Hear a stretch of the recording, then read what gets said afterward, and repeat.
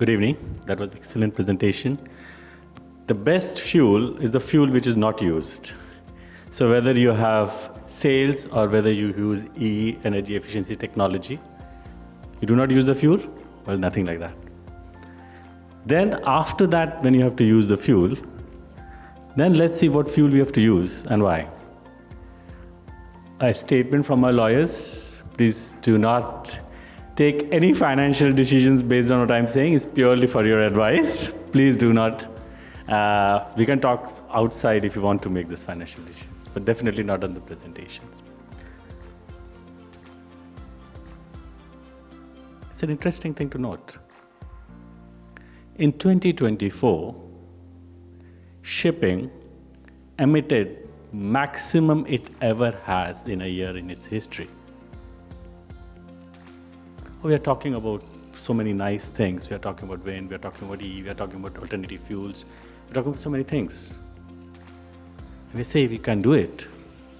Or has this happened? There were geopolitical reasons. There were decisions made. Wars fought. But that was the reality. Was it? I'll come back to that. Just a small introduction. I'm from FueLNG. So we provide LNG as fuel to ships, trucks, and also to industries. So whenever I talk about all the fuels, you will find a hint of bias towards LNG. Please allow me that. It's in my nature. But I'll still be trying to be balanced for all fuels because I think the future is a mosaic of all kind of fuels, all kind of wind technology, all kind of E. It's not one answer. It's not a silver bullet. It's all of it. So yes, 2024. Was it that bad? I beg to differ. According to Clarkson's, 820 vessels with alternative fuel capabilities were ordered. If you look at gross tonnage and you compare that, 50% of the global tonnage ordered in 2024 was alternative fuels, were dual fuel engines. DNV here, and Captain Vadi, allow me to use some of your numbers. 38% year-on-year increase of fuels which could use alternative fuels. Here, close to Singapore, we did the trials of methanol, green methanol. We did trials of ammonia. We did bio-LNG trials in Europe. Those who were looking, LNG bunkering volumes broke all volumes record last year. Biofuels bunkering broke all records last year. There are links. This is all information available. So yes, it was a bad year because of geopolitics, because of the changes in the route. But shipping was not just sitting there not doing anything. A lot has been achieved and the credit is due to shipping for that. If you go a little bit more closer, and this time I thought we should use ABS because everywhere is using DNV. So this is ABS. What were those ships? Mostly those ships were LNG. There was a big amount of those ships being methanol. There was also ammonia. Again, ammonia is still developing as a technology, so it will come. But if you look at it, this was the mix. And just as Captain Vadi was saying, not all solution fits all type of ships. So you would see that different type of ships have different technologies more used. If you look at it, container vessels, PCTCs, they were using more LNG. And then next best was methanol. And then if you look at it, some other type of vessels like dredgers or ferries, they were using more biofuel. So there can be different kind of combinations needed depending on your particular vessel and also particular route. So if you look at the fuel pathways, these are the four famous fuel pathways. Oil, of course, now LSHF or MGO and going into biofuels. A very conventional pathway, known, mature. Biofuels, of course, you have to fight because it fights with the food sources. You can use food oils or you have to use it for bio or for food.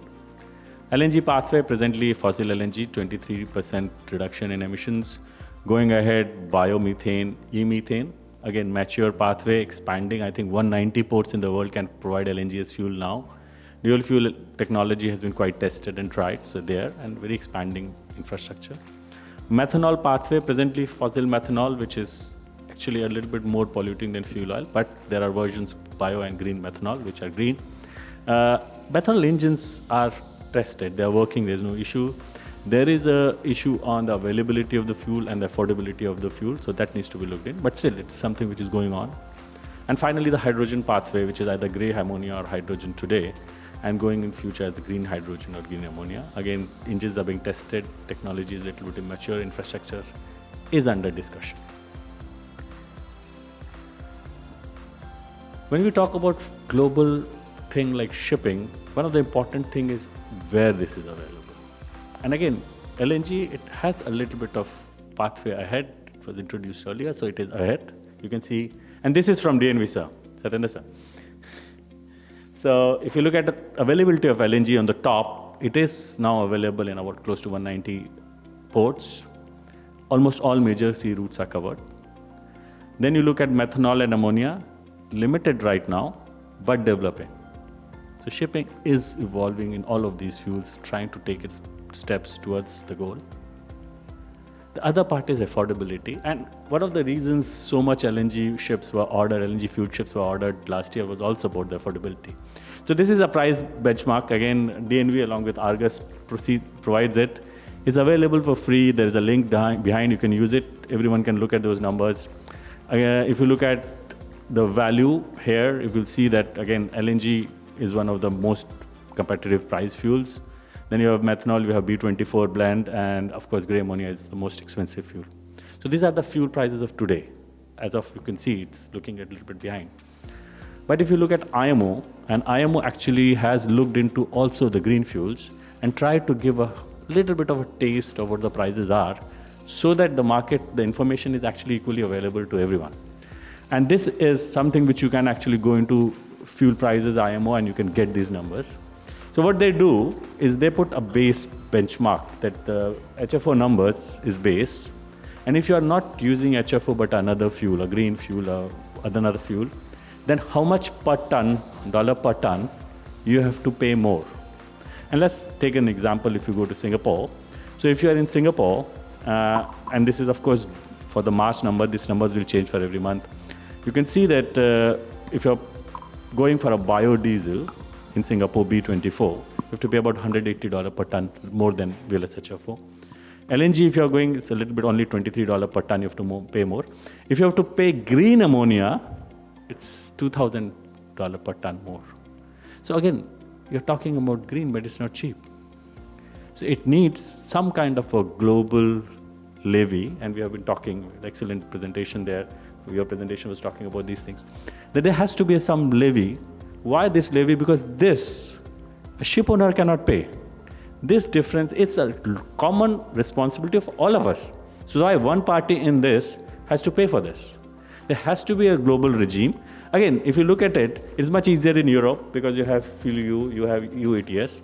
But here in Singapore, if someone wants to use bio-LNG or someone wants to use green ammonia, why would he use it? He's crazy if he uses it.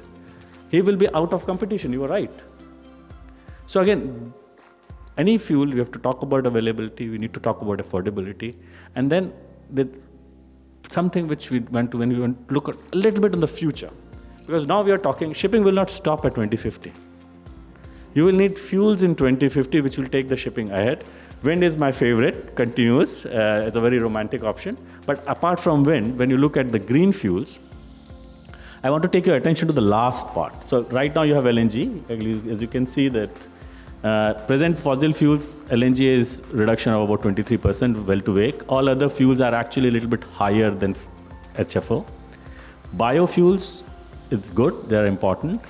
They fight with the food resources and our population is increasing. So with that, we have a competition. Then we go to the green fuels of the future, the synthetic fuels as we call them, or the electronic fuels we call them. And of course, we talk a lot about green ammonia, we talk about green methanol, a little bit on green LNG or synthetic LNG. What we don't know, or maybe sometimes not be informed about, that all those fuels has one thing in common. 75% of that fuel cost is the cost of green hydrogen. So they are not different fuels. The source code, as you would say if you're a computer guy, IT guy, is the green hydrogen. That is the cost. So places where green hydrogen can be manufactured cheaply, these green fuels will be manufactured. And then the fuel which has the best, easiest, most efficient, most green infrastructure to distribute fuel out of these four will actually be more prevalent. And in some areas, there will be one choice, the other areas, other. But if you look at effectively, there's 75% common element in all those four fuels. So for me, and I would be very clearly, categorically saying there are different comparisons. And again, sometimes you see everything green in LNG and other fuels are a little bit red because that is the evolution pathway they are in. But said that, all pathways are good. And all have some challenges. What we need to understand is that we need parallel efforts, policy, regulatory process development, infrastructure development, all together. So what do you do when you go to IMO next week? What do you do here and all other places in making the infrastructure is all part of a big major puzzle. And that is needed to get to our solution. And as I had promised, since I'm a little biased towards LNG, I'd like to end this presentation by explaining that all those pathways are there to 2050, including an LNG pathway. How? You can see today, we have a fossil LNG. We have 23% GHG emissions, about 95% NOx and 99% SOx emission reduction. Going ahead, a drop-in fuel biomethane. Again, biomethane can sometimes even be carbon negative, but at least reduction of emissions from 65 to 100%. And finally, e-methane, a drop-in fuel, again, reduction of 92 to potential 100%. With that, pre and post-combustion removal of carbon, with that energy efficiency, with that wind, all of that together should take us to a goal. And again, I will say, when you looked at the first picture, I do not agree with it. We can do it. Thank you.